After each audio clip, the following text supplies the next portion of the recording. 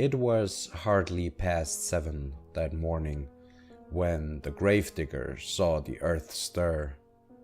Fingers, rotted and skeletal, burst forth from the dirt, and with force they pulled their bodies to freedom. It was happening all over the graveyard. Every grave, every square inch of dirt was overturned. Soon there were thousands, so many more than the graveyard actually held. A horde of the undead stood before him. The gravedigger watched, with his shovel in hand. He found himself simultaneously horrified and fascinated. The creatures stumbled about.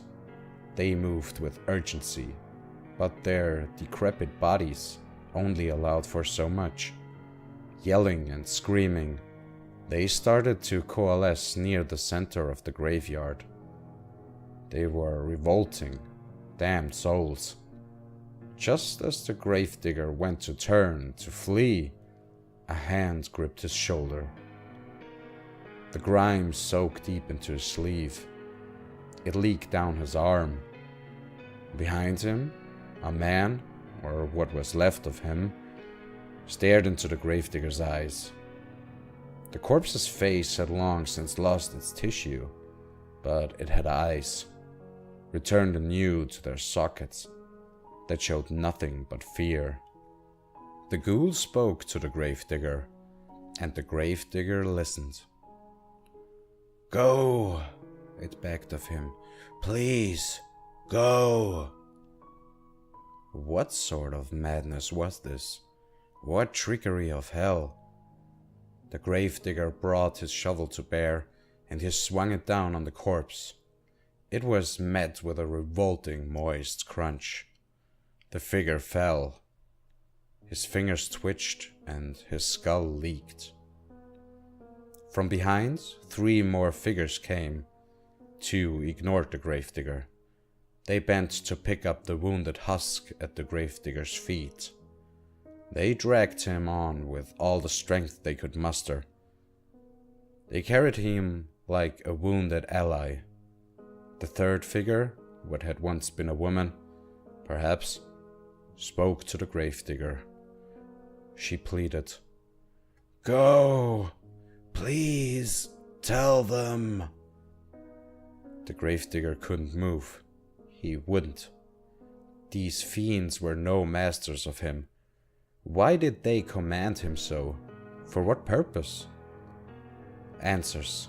He demanded answers. "Why?" he asked, the words falling out of his bearded face. "Why aren't you in the ground?" The ghoul didn't blink. She simply told him the terrible truth. "Hell isn't safe anymore." Those words. The gravedigger couldn't even comprehend them. What was the meaning of them? Hell? Safe?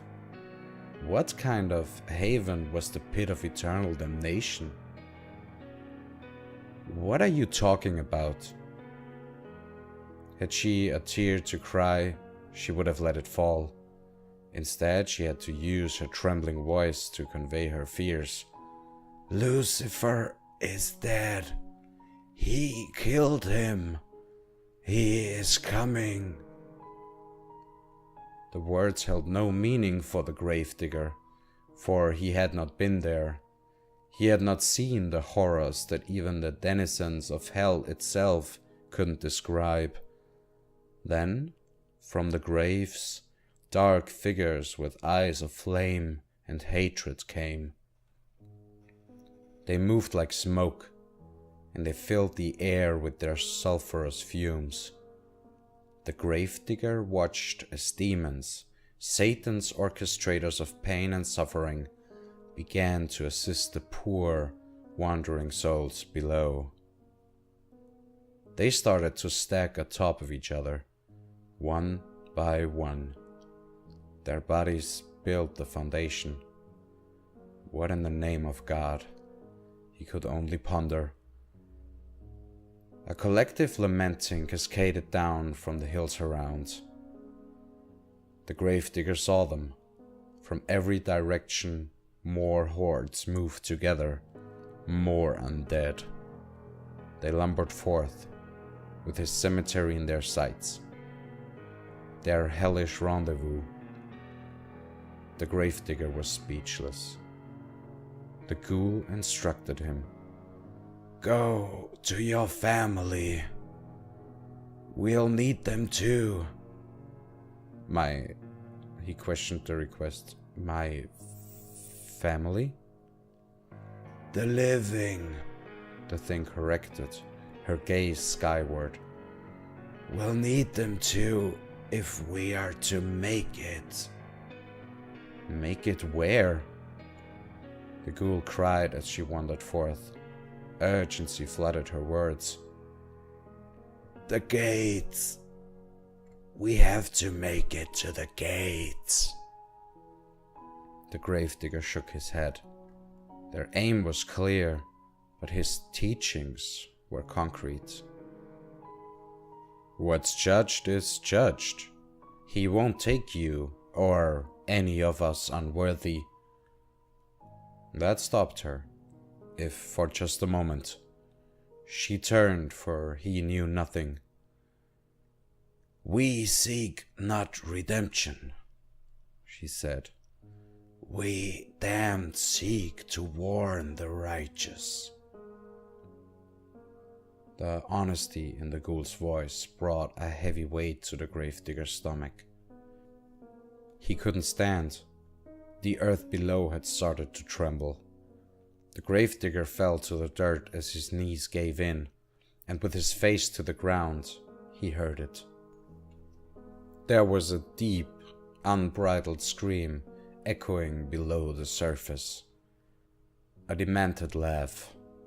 The sound of 1,000 hornet wings and insect feet. It grew closer, climbing. As he stood, bodies were flung atop each other, as the demons and the forgotten built their tower to salvation. "Who is he?" the Gravedigger asked.